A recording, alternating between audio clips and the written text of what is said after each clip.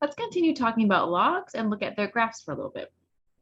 So here we want to graph f of x equals 2x and g of x equals log base 2 of x in the same rectangular system.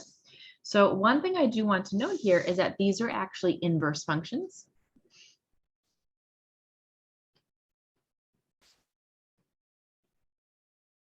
So exponentials and logs are inverses, and they're inverses when they have the same base. So see how this has a base of 2, and this one also has a base 2.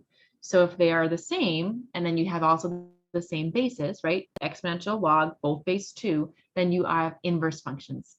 So when you compose them, they cancel each other out. And we can use this idea when graphing. So I'm going to actually graph the exponential first. That one's easier. Again, we know how to work with exponents. So start with the exponential first here. So if I plug in 0, I have 2 to the 0 power, which is 1. If I plug in 1, 2 to the first power is 2. If I plug in 2, 2 squared is 4. If I plug in 3, 2 cubed is equal to 8. On the other side, if I plug in -1, 2 to the -1, remember, is going to be 1/2. If I plug in -2, 2 to the -2 would be 1 over 2 squared, so this would be 1/4. And if I plug in -3, 2 to the -3 is 1 over 2 cubed, which is 1/8. We have seen this example before, so if you need to see it in more detail, make sure you go back to the previous video about that. So now let me graph that. So I'm going to do this one in pink. So let's see, we have 0, 1, 1, 2, 2, 4, and then 3, 8. And then -1, 1/2, 1/4, 1/8. So our exponential function looks like this.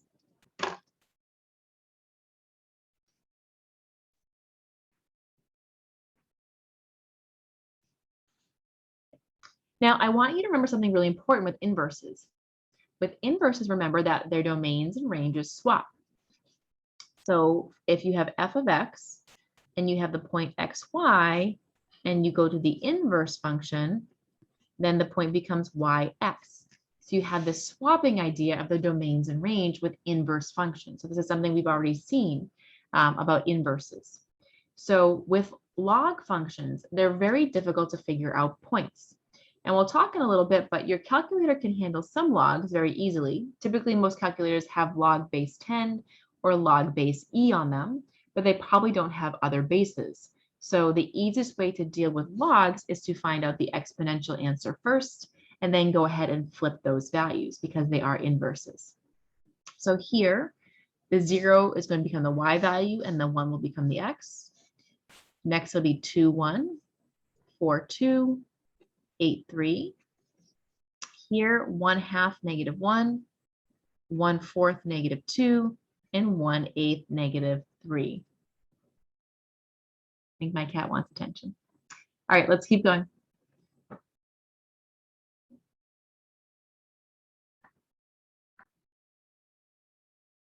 So let's plot these points and see what it looks like. So here I have 1, 0, 2, 1, 4, 2,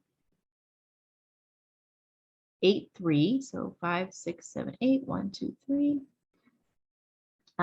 Let's see, 1/2 -1, 1/4 -2, 1/8 -3. And what's going to happen is your log function is going to look like this. Okay. So notice that they're inverses, so you do have this nice mirror image over that line y equals x. Remember, inverses have this sort of diagonal symmetry to them, or diagonal kind of flipping going on. So they're symmetric over the line y equals x. So we have that here. And then you also see a few key pieces. So here you had a horizontal asymptote.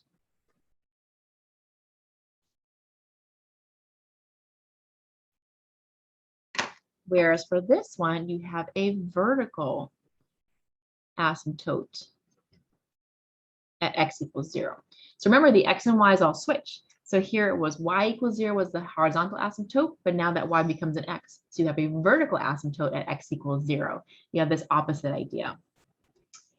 You do have that this does keep increasing. So it does slow down, but you don't have any horizontal asymptotes here. This does keep increasing for forever. So in this case, so our domain over here was from negative infinity to infinity, and our range was from 0 to infinity. Whereas for our log function, our domain was from 0 to infinity, and our range was from negative infinity to infinity. So again, those switch. Your range is going to continue in both directions forever, but our domain is on the positive side.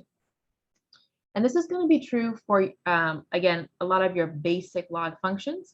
You're taking the inverse. Of course, you can still shift these and reflect them and things like that, so that those things may change your domain and range at some point. But for your basic kind of just general log function here, it looks something like this.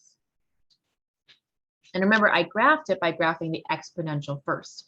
So if you have a log question, it's often going to be easiest for you to change to the exponential form to find out information about the log form. So we did one graph and it looked like this. And we did, so another example would be if your b was a fraction. So here, this works if your base is greater than 1. So this is the example we just did. So this is your exponential. And then this one was your log form. Now this one is when your base is small. So it's a fraction.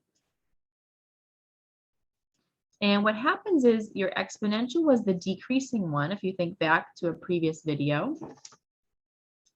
And our log function, again, all the x and y values are going to swap here. So you still have that same process. You can do it out by hand and just swap your x's and y's. And it actually looks like this. So it's also decreasing. You still have this horizontal asymptote here, but going upward instead. And they do form this diagonal symmetry as well. But it obviously does look very different, right? So it's a very different looking graph. It's going in a different direction instead of this way. So some characteristics to watch out for. Okay. So notice in both cases, your domain for the log function is 0 to infinity. So it's always those positive values there. And your range in both cases is still negative infinity to infinity. So that doesn't change whether you're in this form or this form. The graph of all log functions pass to the point 1, 0. That's because the exponentials pass to the point 0, 1. So we flip that. So you have that consistent point 1, 0 on your graph. So this is your x-intercept, and there are no y-intercepts. If b is greater than 0, so on this side here, then your log graph is going to be an increasing function. It does increase more slowly as x gets bigger. So it increases very quickly for small x and then more slowly for larger x. And then if your x or if your b value is small here, you actually have a decreasing function here. The graph approaches but does not touch the y-axis, so you do have a vertical asymptote at x equals 0. And again, these things can change if you apply transformation, so just keep that in mind. These are the basic forms here for your log functions, but if you have a transformation, a shift could change where that vertical asymptote is, or a reflection could change your domain, for instance, and so on. So it's just something to keep in mind that this is for the basic form, but you can still apply transformations. Now I just made a note here that you can apply transformations, and I'm not going to do any more examples in this lecture because I think we've done a lot with transformations already. If you need to see more about transformations, you can go back and review. But if you want to see a review here in your text as well, you can look at page 485 to 486. To see some more transformation examples on your own if you need to keep reviewing that. But it's the same basic stuff that we've already seen. So your shifts, your reflections, and then either your stretching or your compressions.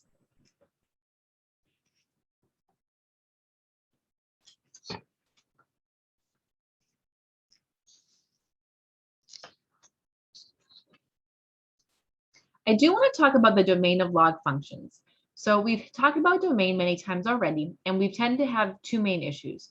So we've watched out for division by 0. So we want to make sure denominators are not 0. And we've also watched out for even roots, making sure the inside of an even root is not negative, or that would give us an imaginary number. There is another domain restriction to watch out for, and this is true for log functions. So for a log function, whatever is sort of being plugged in, or whatever your argument is here, you do have to make sure it is greater than 0. So that is really important. It doesn't matter what the base is or which type of log it is, but whatever is being plugged in here has to be at least greater than 0.